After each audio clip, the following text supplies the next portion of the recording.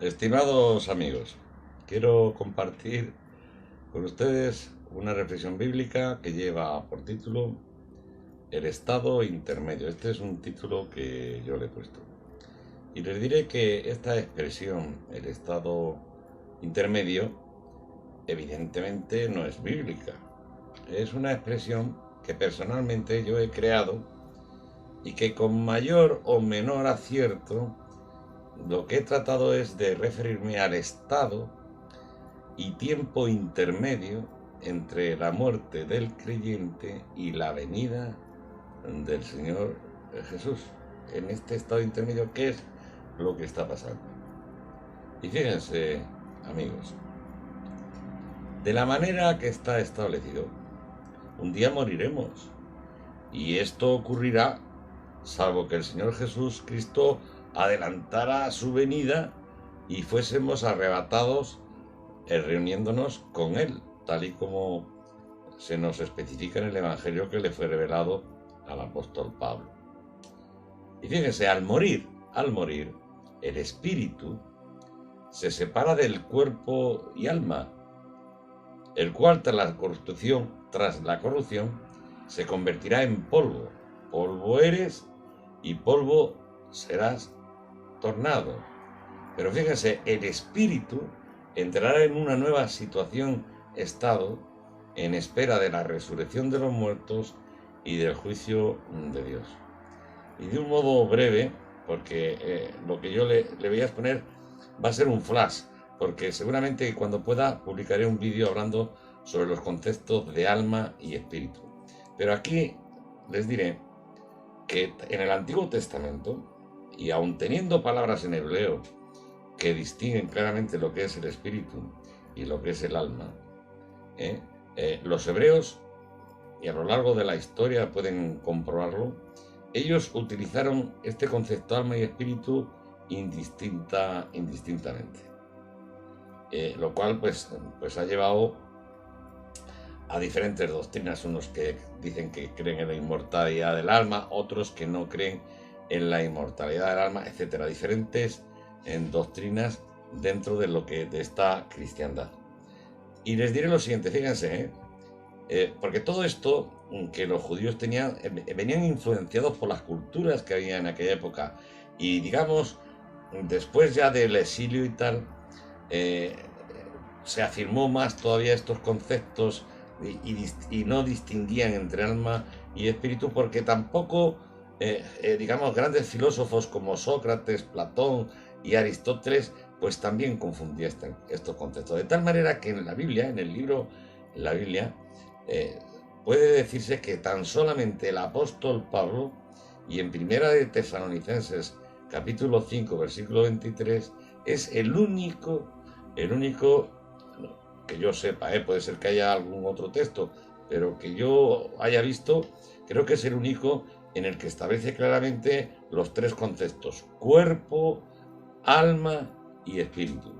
Y brevemente, miren, el cuerpo, pues es la materia, digamos, es una materia física que de minerales y cosas que los encontramos en la tierra, por eso dice que el polvo era la tierra. Y el alma, vamos a ver, el ser humano, como todos los seres vivientes y hasta una célula, digamos, que es una célula, aparte de tener una composición, digamos, química, tiene algo que es un paquete de información, digamos, dentro de ella, que le sirve para multiplicarse, para curarse, para digamos, también auxiliar a otras células, fíjense, para poder estar en un entorno, una célula del cuerpo humano, el entorno de lo que es el cuerpo humano.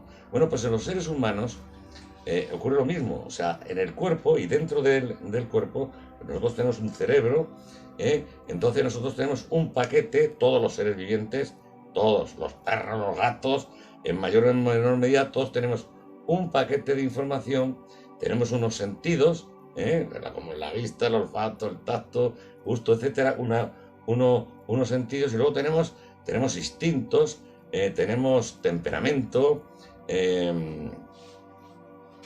o sea, hay una serie de cosas que todos los seres vivientes, digamos, tenemos y tenemos un nivel de inteligencia, un paquete de información de inteligencia que nos sirve pues para relacionarnos con nuestros congéneres y con el entorno donde nosotros vivimos. Pero hay una cosa que nos diferencia de los seres vivientes terrenales, que es el espíritu. El espíritu es algo que Dios nos ha dado, no es nuestro.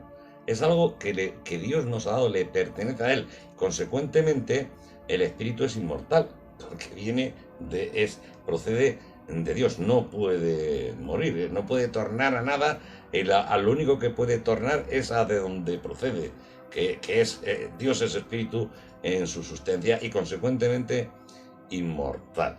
Entonces, con esto lo que trato de decirles es que, bueno, una persona cuando muere, su cuerpo empieza a corromperse, pero las cosas que tenían que ver, digamos, con el ser viviente, es decir, ese paquete de información que le servía para relacionarse con sus congéneres y tal y cual, ese instinto, los instintos, los sentidos, el instinto, las emociones y el temperamento, esta serie de cuestiones que tenía, pues esto se pudre aquí, porque fíjense, el espíritu que Dios le ha dado al hombre es lo que lo distingue del resto, es la razón, es la capacidad, digamos, de razonar, lo que es la sabiduría, la inteligencia, la capacidad creativa. Entonces el hombre tiene algo que no tienen los animales, y es que tiene la posibilidad de racionalizar las emociones, el temperamento, digamos, los instintos, los puede, digamos, racionalizar mentalmente. El hombre natural, pues por la ley de la conciencia, y en función del nivel de conciencia que tenga, pues lo serán de una manera o de otra, y eso que él racionaliza se convierte en pensamientos, en sentimientos, en afectos y en voluntades que se depositan en el corazón, digamos, espiritual del hombre, que viene con el espíritu. Esto no muere, y esto, digamos, es lo que va a pervivir por toda, digamos, la eternidad. Pero todas las cosas, digamos, que tenían que ver con el instinto, emociones, temperamento y tal, y el paquete de información del cuerpo animal, esto se va a pudrir aquí y va a tornar al polvo. No me quiero extender, espero haberme explicado, para que ustedes sepan que lo que es el espíritu que tiene el hombre, que no es suyo, que procede de Dios, consecuentemente es inmortal como es Dios, esto no muere jamás. O sea, la inmortalidad del espíritu es total. El cuerpo o el alma, tal y como yo les he expresado a ustedes, esto vuelve aquí al polvo de la tierra y se pudre. Polvo eres y polvo serás tornado. El espíritu, sin embargo, entrará en una nueva situación o estado en espera de la resurrección de los muertos y del juicio de Dios, que es lo que creemos conforme al evangelio que le fue revelado al apóstol Pablo. El espíritu del cristiano, del creyente, es trasladado, vuelvo a repetir, esto es lo que yo discierno, que nadie piense, lo que yo he visto, y mi convencimiento es lo que yo estoy convencido de que si mañana fallezco, lo que es mi espíritu va a estar en una situación y estado, y es lo que yo trato con la escritura, trato de discernir cómo puede ser, porque es que yo creo firmemente en esto.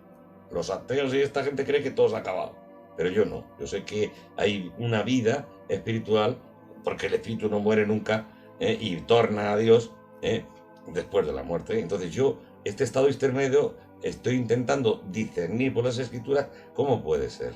Pero que duda cabe que tienen que tener ustedes siempre presente y en cuenta que es desde mi discernimiento y opinión, porque no hay una doctrina, digamos, clarísima y explícita que me diga, pues esto es lo que te va a ocurrir, pam, pam, pam, pam, pam. No. Es lo que yo voy sacando del contexto del Nuevo Testamento y fundamentalmente del Evangelio que le fue revelado al apóstol Pablo, aunque también haré alusión a algún versículo de algún Evangelio. El espíritu del cristiano es trasladado al paraíso en el mismo instante en que muere físicamente. Por ello, los cristianos pues no hemos de tener temor a la muerte, porque sabemos que en ese trance también Dios está con nosotros, y porque el Señor Jesús Cristo ha quitado el aguijón del pecado y de la muerte tras obtener la victoria en la cruz. Y que ahí fue donde nos ha librado, ha sido el libertador nuestro, nos ha librado de la servidumbre a que estábamos sujetos por temor a la muerte. 1 Corintios 15, versículos 55 al 57. En el paraíso estaremos con el Señor Jesús Cristo gozando de su presencia. Yo digo el paraíso porque es que esta palabra va a salir en el contexto. Allí, al lado de Dios, retornando, digamos, de donde procede el Espíritu que nos ha sido dado por Dios. Pero yo le llamo el paraíso porque hay textos aquí que así lo denominan. Pues en el paraíso estaremos con el Señor Jesús Cristo, gozando de su presencia, en plena conciencia. Será un estado intermedio, con pleno conocimiento de quiénes somos, ojo, espiritualmente, porque lo que tenía que ver con la carne, o sea, es decir, si yo cuando vaya allí estará mi padre y mi madre, pero yo no voy a tener un sentimiento de filiación humana, porque eso ya se murió aquí. Yo tendré un sentimiento con mi madre y con mi padre de fraternidad, de hermandad, pero no filial en cuanto a que mi madre y mi padre, no sé si me explico, sino que será de pleno conocimiento de quiénes somos espiritualmente y una ausencia total de todas aquellas circunstancias que aquí en la tierra nos serán dolorosas. Por el contrario, los que no son creyentes, no son cristianos, no son creyentes, irán a un lugar llamado Seol o Hades, el lugar de los muertos, donde permanecerán igualmente en un estado intermedio, separados del Señor Jesús Cristo y en espera de la resurrección de los muertos y del juicio eterno, porque Dios en su sabiduría, que ha dado el Espíritu al hombre, pues Él puede determinar perfectamente que cuando retorna a Él lo puede colocar donde quiera colocarlo. Yo he dicho aquí el Seol o Hades, pero igual no es ahí donde esté, digamos, el espíritu de todas estas criaturas. Simplemente lo digo pues porque la Biblia habla en más de una ocasión sobre esto. Y por eso es por lo que lo digo, pero sin establecer ninguna línea de doctrina. Yo tengo entendido que los testigos de Jehová, y los adventistas del séptimo día, pues ellos creen y fomentan la doctrina del sueño del alma. ¿Sí? Y he leído algo, no digo que esté sumamente informado, pero yo creo que he leído lo suficiente. Y esta doctrina que ellos tienen, pues en mi opinión, difiere absolutamente con el estado intermedio del espíritu. Te vuelvo a repetir, yo creo que los creyentes estamos en el paraíso, los no creyentes en el Seol o Hades, pues porque son palabras que dice la Biblia, pero en cualquier caso, repito, el Espíritu es Dios el que ha dado, retorna a Él, vuelve a Dios, y Dios lo colocará donde crea oportuno, pues probablemente en lugares que tengan, o espacios, o en fin, donde sea, con estos nombres bíblicos. Pero yo no creo tampoco que sea demasiado importante, digamos, el lugar y el nombre. Vamos a ver, ¿qué es el sueño del alma?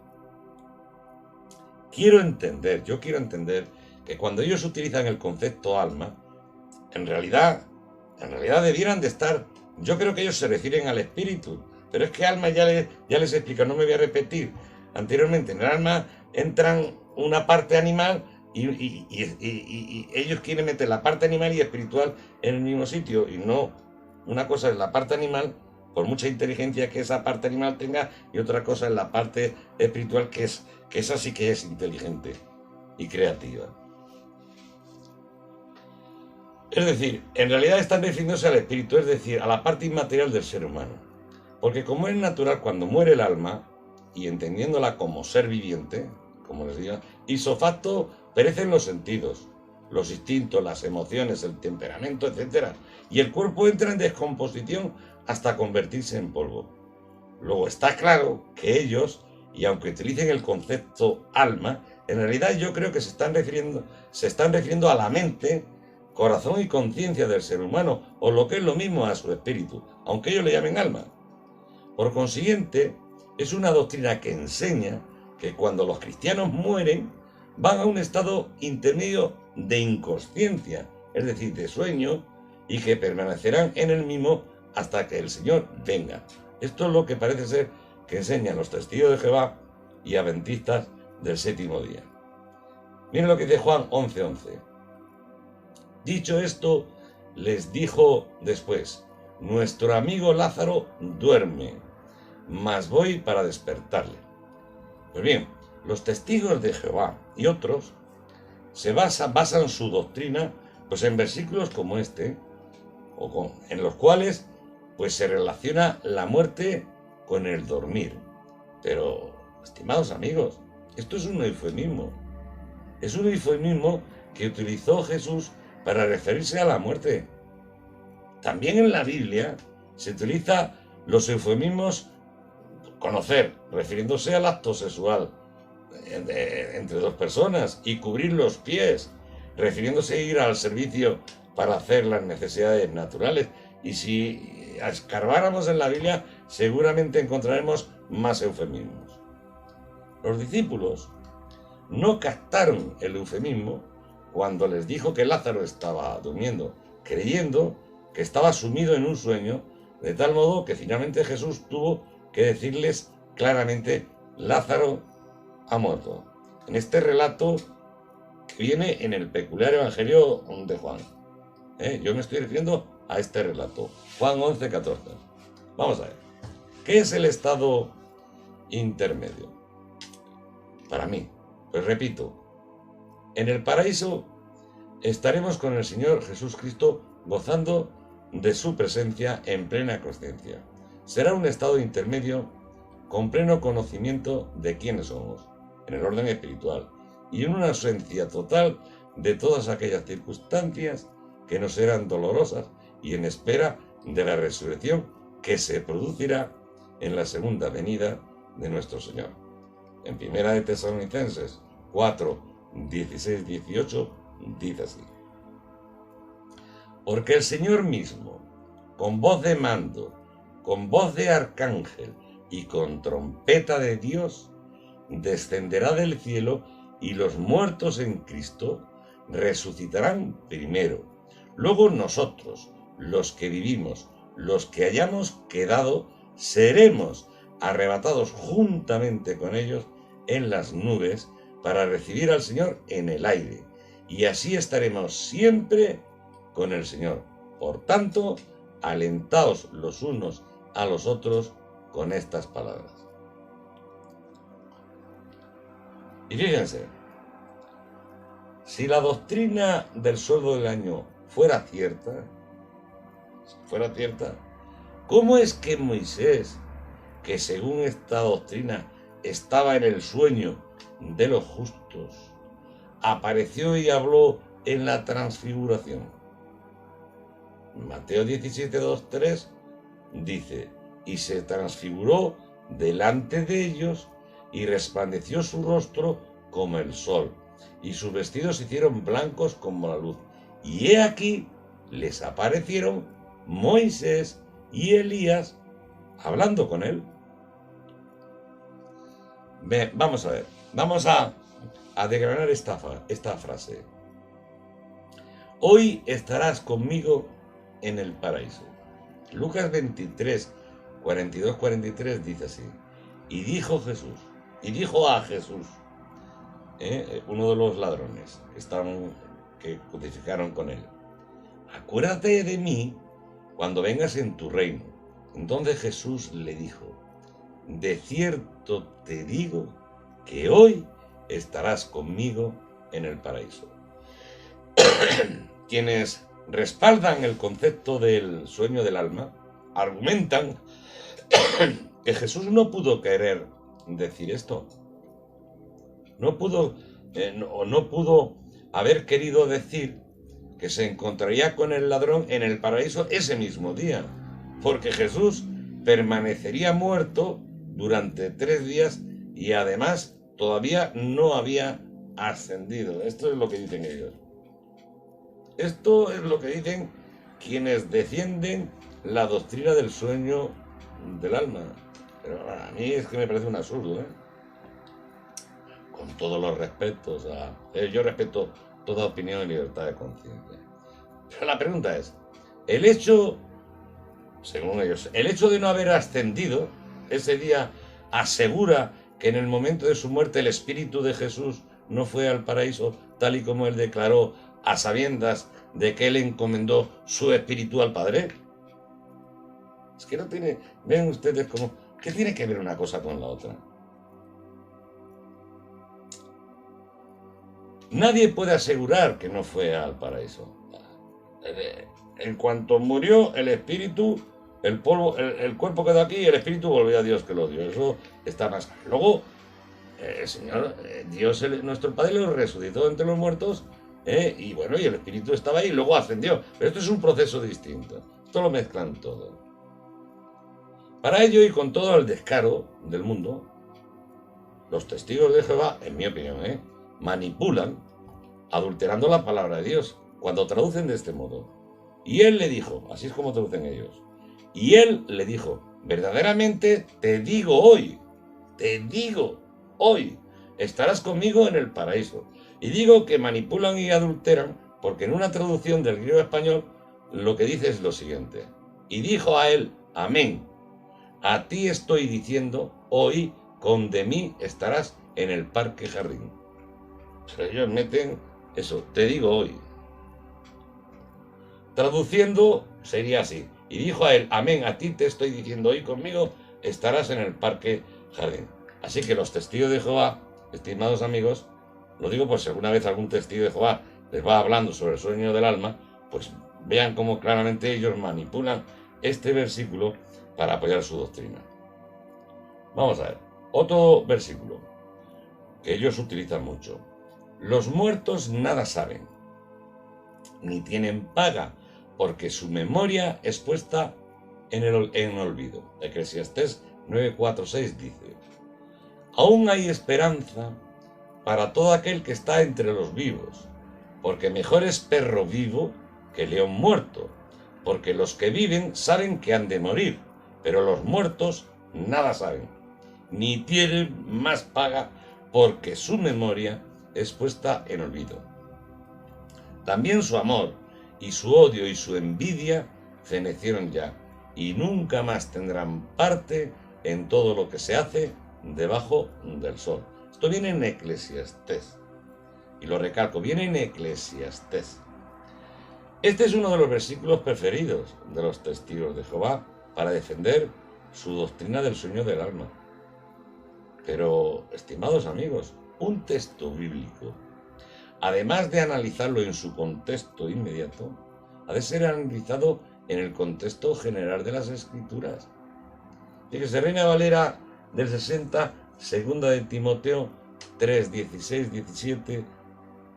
Fíjese lo que dice este versículo, porque voy a decir algo sobre él.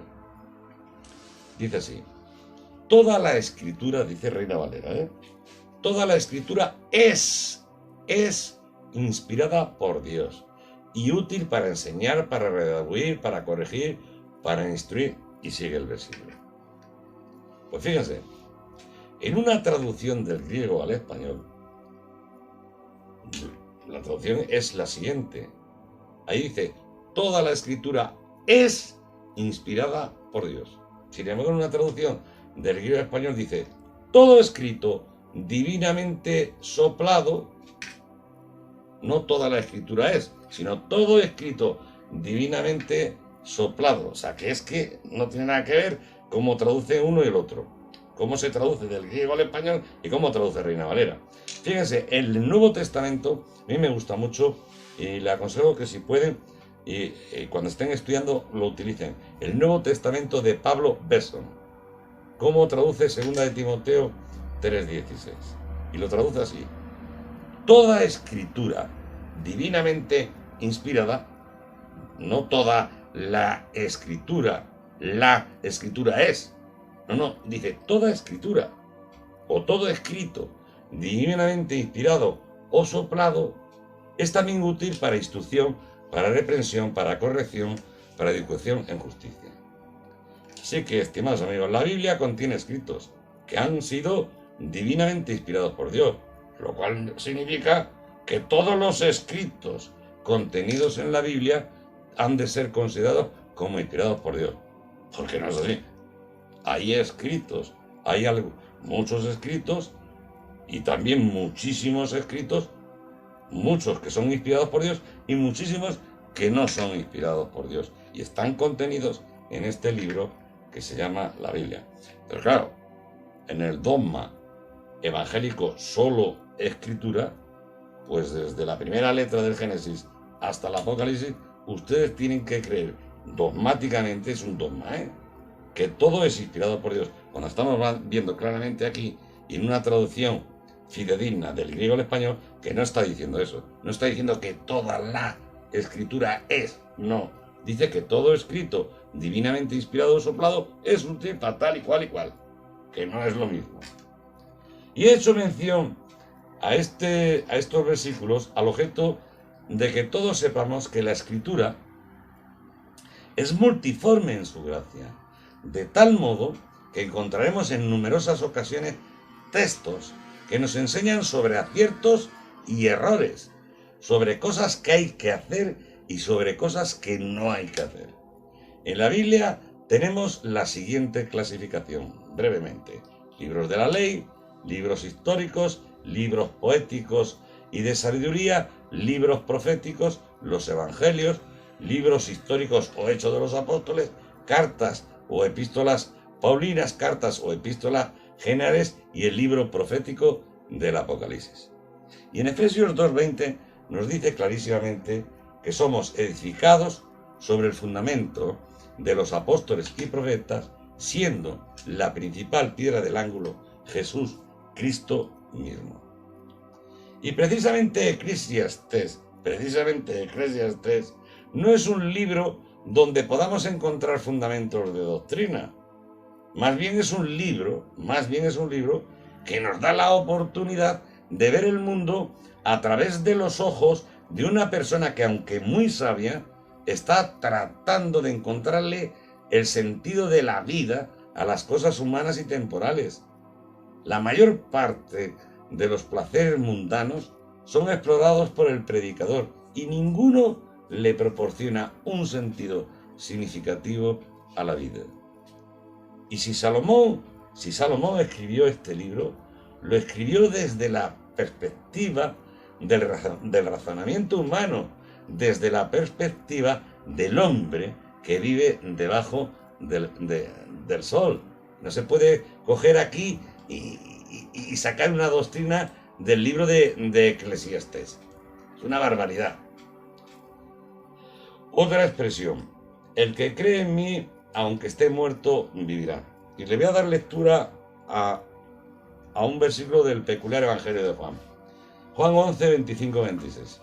Sí, es que este evangelio es muy peculiar y verán por qué. Le dijo Jesús, este es el de yo soy, yo. Yo soy la resurrección, dije, yo soy la resurrección y la vida. El que cree en mí, aunque esté muerto, vivirá. Y todo aquel que vive y cree en mí, no morirá eternamente. ¿Crees esto? Bueno, les he dicho antes lo del peculiar evangelio de Juan, porque este evangelio de Juan, como no lo entiendan ustedes, desde la personificación de la palabra, que la palabra resume el poder y la sabiduría de Dios, el Logos resume el poder y la sabiduría de Dios. Si ustedes no lo ven desde la personificación de la palabra, hablando como si fuera un ser, hablando ella, pero ¿por medio de quién? Por medio del Señor Jesús, ustedes no van a entender nada y van a caer en el politeísmo trinitario y pagano de esta cristiandad grecorromana. Porque aquí en realidad, ¿quién es la resurrección y la vida? No es, el Señor Jesús, Cristo hombre, el Jesús de Nazaret, en sí mismo, de una manera inmanente e inherente, no es ni la resurrección ni la vida. Lo que es la resurrección y la vida es la personificación de la palabra. Es las palabras que él del Padre está recibiendo y él va dando, lo que él recibe del Padre Él lo da. Esa palabra, en la palabra hay vida, y la vida es la luz. Recuerden, lean el capítulo 1 del propio Evangelio de Juan. Luego, la fe viene por el oír, y el oír por la palabra. Es decir, somos renacidos por la palabra de Dios. De ahí donde viene todo.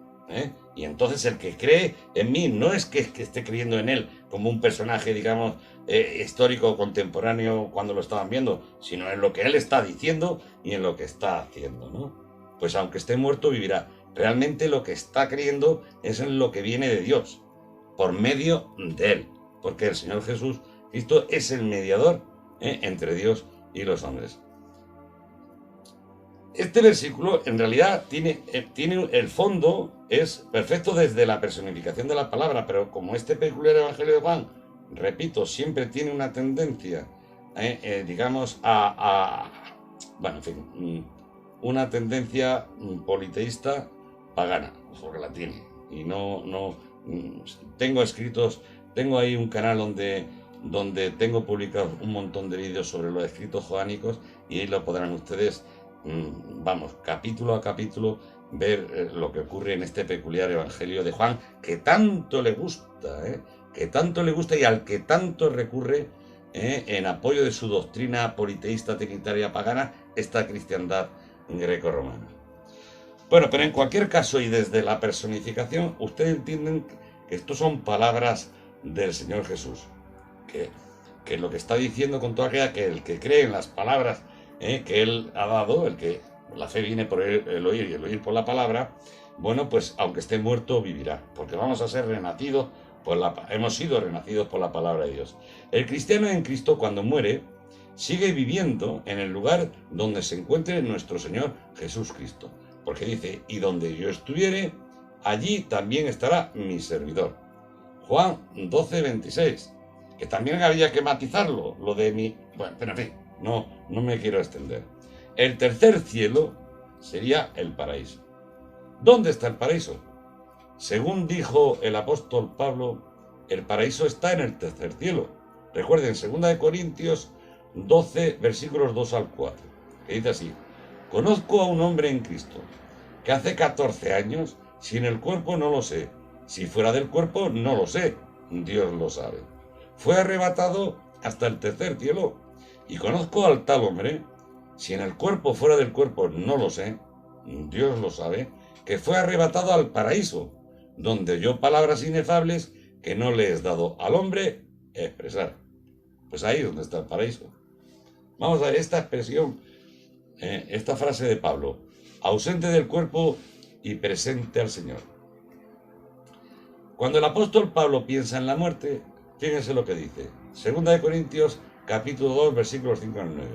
Dice así: así que vivimos confiados siempre, y sabiendo entre tanto que estamos en el cuerpo, estamos ausentes del Señor, porque por fe andamos, no por vista, pero confiamos, y más quisiéramos estar ausentes del cuerpo y presentes al Señor. Por tanto, procuramos también, o ausentes o presentes, serle agradables. Y aquí vemos claramente cómo el apóstol Pablo prefería estar ausente del cuerpo y presente al Señor. El apóstol Pablo deseaba partir y estar con Cristo. Fíjense, Filipenses 1, 21, 24. Dice: porque para mí el vivir es Cristo y el morir es ganancia. Mas si el vivir en la carne resulta para mí en beneficio de la obra, no sé entonces qué escoger, porque de ambas cosas estoy puesto en estrecho, teniendo deseo de partir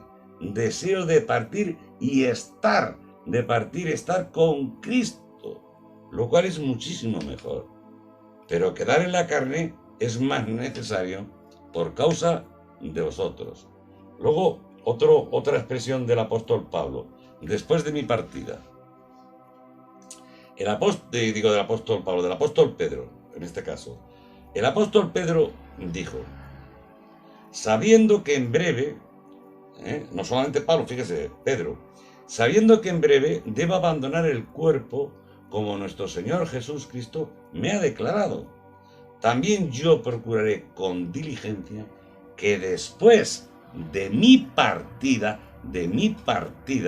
vosotros podáis en todo momento tener memoria de estas cosas. O sea, el apóstol sabía que pronto moriría y él iría a vivir en el cielo con el Señor, y hablaba de su muerte como una partida de su cuerpo, cuando él dijo que no tardaría en salir de su morada terrestre.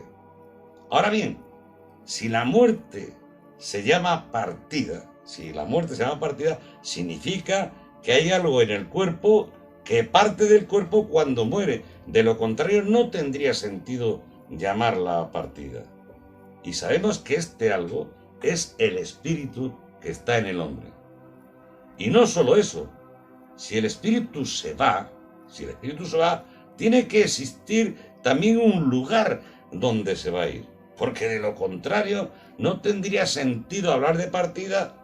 Y sabemos que este lugar, por palabras que están aquí en la Biblia, es el paraíso, el tercer cielo.